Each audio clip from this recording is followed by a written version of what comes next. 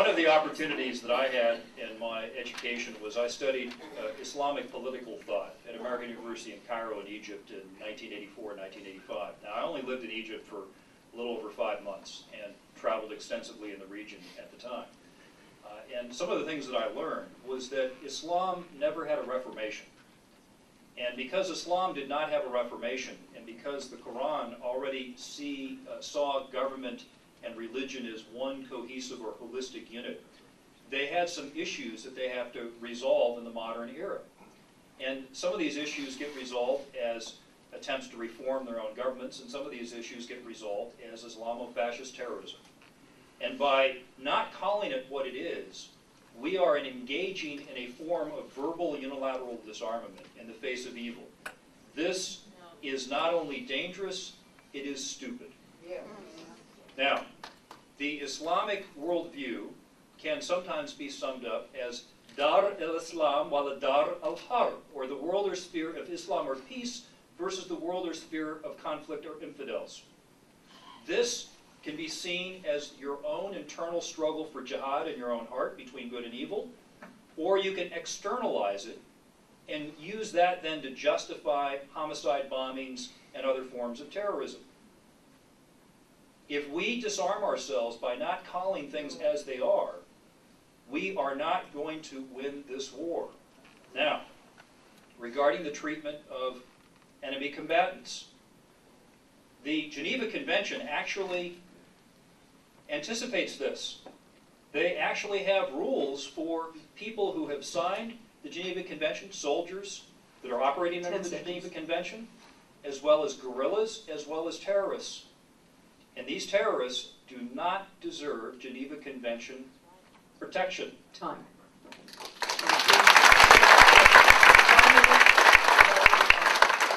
Just a quick comment that one of the greatest moments in John McCain's candidacy for the president was when the Reverend Rick Warren asked him, "What do you do about evil?"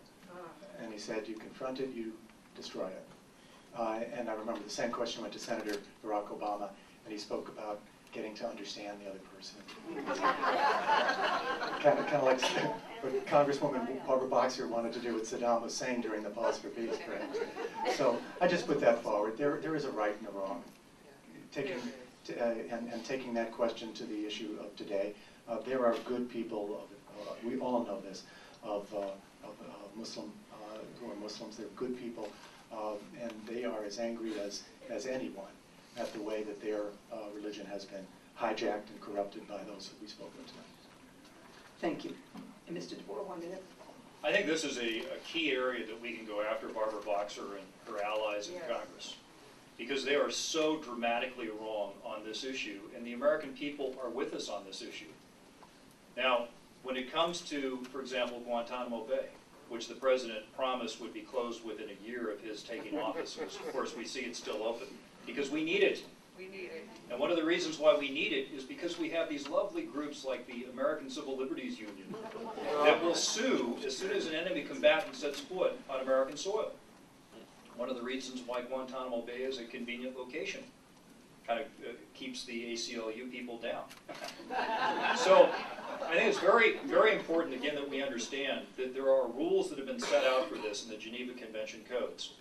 And they distinguish between legitimate guerrilla groups that have a chain of command that follow certain rules when they capture people, treat civilians a certain way, and people who don't follow those rules. And as a lieutenant colonel in the U.S. Army Reserve, I've been trained to understand those Geneva Convention rules, and I believe that we should argue with the strength of our convictions against the liberals on this issue. Yeah. Thank you. Well, we have the opportunity now to have some questions. Or you're going to use that mic? Okay. Yeah, we'll use this one. All right. We'll have some questions from the audience directed to... No, that's okay. You can leave that there. Okay, You know what? I'll give you this one. we'd like to invite the audience and 3 people at a time to come up over here, and we would love to have you announce your name and where you're from, and get right to the point of asking the question. 3 people at a time, please. And once this portion is over, please remain in your seats because we have a very important announcement after this. First person? Sure. Right here, right here. Thank you. This question is for Mr. Campbell. Mr. Campbell, Talk into the mic, please. sorry, you and Mr. DeVore are very similar in your positions. So when I think about voting for either you or Mr. DeVore, I ask myself, quite frankly, what competitive advantage, Mr. Campbell, do you offer? Why should I vote for you, who share most positions and points of view with Mr. DeVore, rather than Mr. DeVore? Thank you. Thank you, and I'll want to hear my colleague as well, so I'll yield to him very directly. No. Well, that's not fair. In any event, I'll do my best. No. So here's what I offer. I offer my experience, 9 years in the House of Representatives, 2 out of 5 Congresses, the cheapest man in Congress. I have no doubt that Chuck DeVore will be a fiscal conservative in Congress. I have no doubt. I have no doubt he will be a very good senator. And I've got the experience of having been a congressman for 9 years and showing that record. So it's a matter, we're here for a job interview. Yes, precisely. And I've got a resume that says I've done the job, except it was in a very close relation. It was the House rather than the Senate. And the reason I wanted to make sure that Chuck had a chance to speak to this too is if you want to outline some of the differences, I recognize there are. Remember in my opening I said there were differences on the social side. There are. I'm a social moderate. My good friend and colleague is a social conservative. So perhaps that is where your question intended to go. But I will answer it in the fundamental one. It's a job interview and I've got the most relevant experience. And I'm older. I mean, he'll get the experience.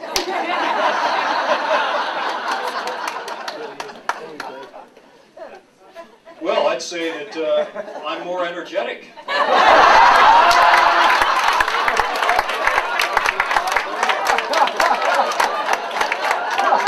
You are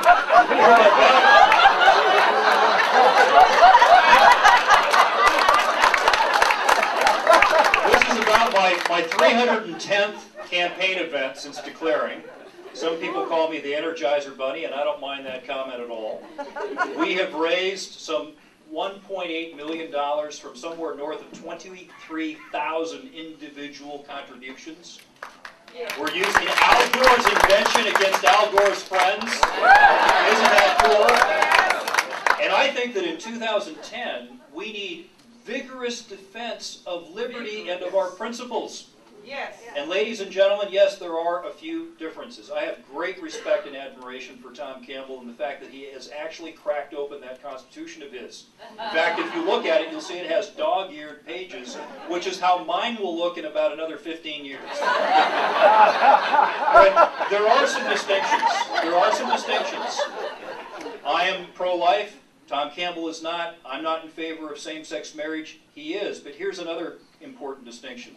Last year, when we were getting ready to push through the biggest tax increase in U.S. history at the state level, Tom Campbell was in favor of it. I resigned as chief Republican whip in protest over it.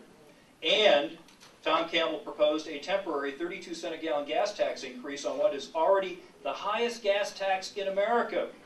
I think we're overtaxed. Yeah. There's a difference. Okay, this question's for both of you.